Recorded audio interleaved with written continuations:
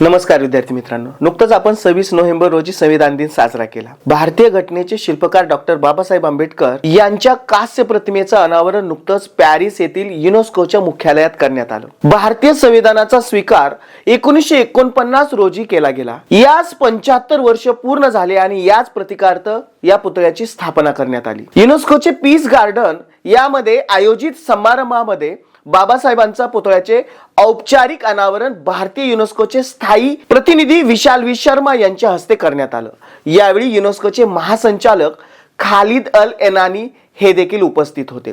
Doctor Babasaheb आंबेडकरांच्या या अर्धपुतळ्याचं महाराष्ट्र सरकारने नुकतेच युनेस्कोला भेट दिली। या कास्य पुतळ्याचं प्रसिद्ध मूर्तिकार नरेश कुमावत यांनी तयार केलं। यावरती अक्षर आहेत, भारतीय संविधानाचे शिल्पकार 75 वर्ष भारतीय संविधानाची। पॅरिसच्या शांती उद्यानामध्ये महात्मा गांधी, नेल्सन मंडेला आणि मार्टिन ल्युथर ज्युनियर यांच्यानंतर बाबासाहेबांच्या पुतळ्याचं विराजमान होणं ही नक्कीच आपल्यासाठी अभिमानाची गोष्ट।